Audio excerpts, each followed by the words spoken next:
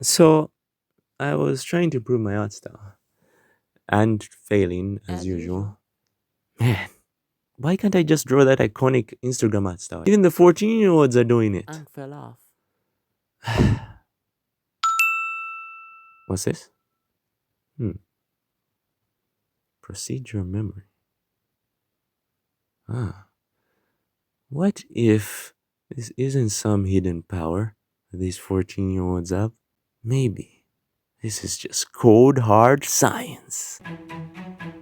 And with that thought, it led me down a rabbit hole. Rabbit hole of something called procedural memory. What is procedural memory?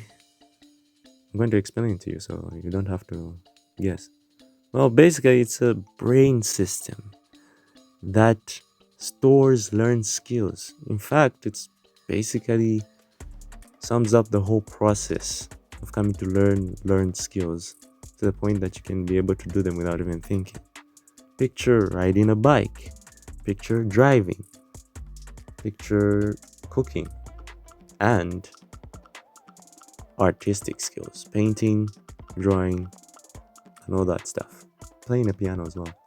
I just thought I had that. I don't know how to play piano. Can someone teach me? Why piano though? So I thought to myself, the secret to improving probably lies in understanding these phases. So in this video, I'm going to explain these three phases to you and the benefit that comes from understanding these Really, Unk? three phases. See, I'm still learning how to speak. Let's start with the first phase, the cognitive phase. This is the phase that uses the most energy.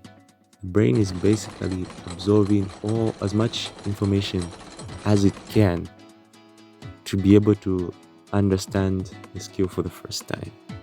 Learning to ride a bike for the first time, it's wobbly. You don't know how to balance yourself because the brain doesn't know, so it's trying as hard as possible to learn as fast as possible. In art terms, this is the first time you were exposed to art.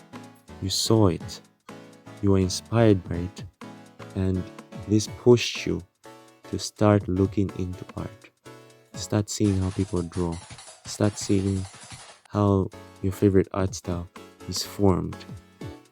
Maybe even practiced it a little, but it was obviously not very good. But you were inspired, and it caused probably a lot of headaches as well because you're like, oh, how do I do that? I don't understand. You looked at shapes, you looked at color, you looked at lines, started understanding circles. This is the first stage. It's also the most difficult stage because first of all, you can't rush it. If you try to rush through this stage, perhaps you make something good the first time, but then you won't be able to replicate it. So it's crucial that you don't give up during this stage and you give it enough time so that at least you learn the basics or the foundation of art. So once you've learned the foundations, it enters the second stage, the associative stage. At this point, you understand the basics of how a face looks, how a body works, how a body moves. So you're making less mistakes in terms of those sort of things. But you want to go deeper. You want to create something more akin to your style, something a little bit more complex.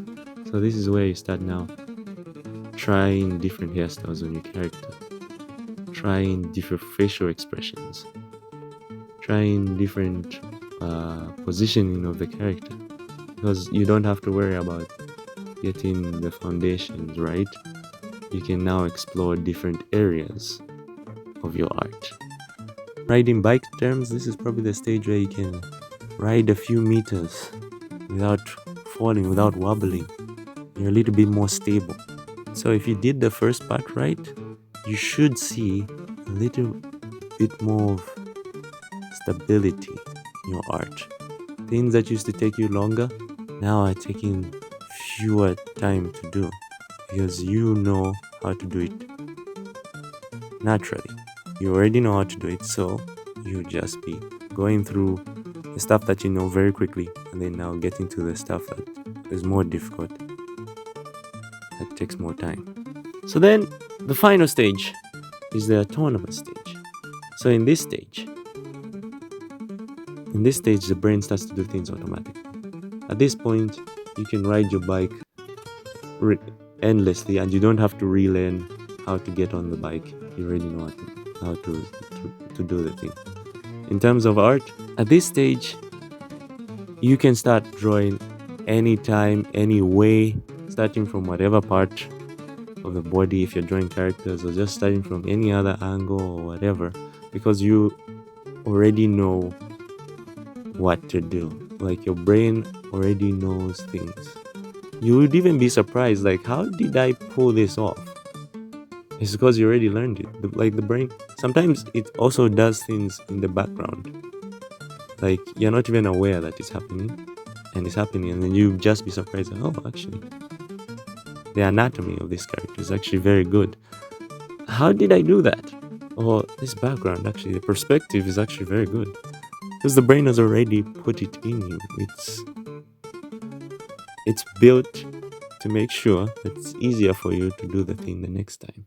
Because you went through the practice of the first stage, which was very painful, very hard, the stability of the second stage, and now you get the benefit of the third stage where you can do things more naturally.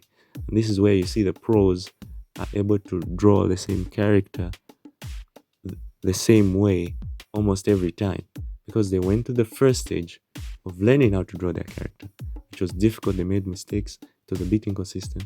The second stage, where now they mastered methods of where they can do it easier, faster, and in a similar way, to finally reach this stage where now they can just do it on a whim because it's naturally in their brain. So now you ask me, how does this help me improve my art? I already know how to draw. I know how the basics are to draw. Yes, and that's the point. Remember the 3 stages? Cognitive, associative, and autonomy stage? These 3 stages are actually the key to improving. Let me give you an example. Let's say you want to learn how to draw a different type of hair.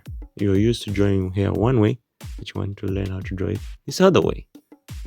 How do you go about it? Well, you probably have to go through the 3 stages. Stage 1, cognitive. So you have to look for references of that hair. Look at how people draw that hair and start practicing that hair. Then you will reach stage 2, where you continue practicing drawing that hair until you get to a point where it looks more consistent and you're more confident in it. And then finally, you get the benefit. Stage 3, you finally learn how to draw that hair every time. So the key to improving art is no hidden power, no funny solution that comes out of nowhere, no hacking it. You basically have to go through these 3 stages every time, because that's literally the best way to replicate any good skill you've learned. But you have to be careful. For it to work, you gotta sleep right, make sure you're not really stressed, and give yourself enough time to learn it. Learn what? The skills, the art skills, all everything we've talked about in this video. Yeah. Subscribe to see more. Give me my voice.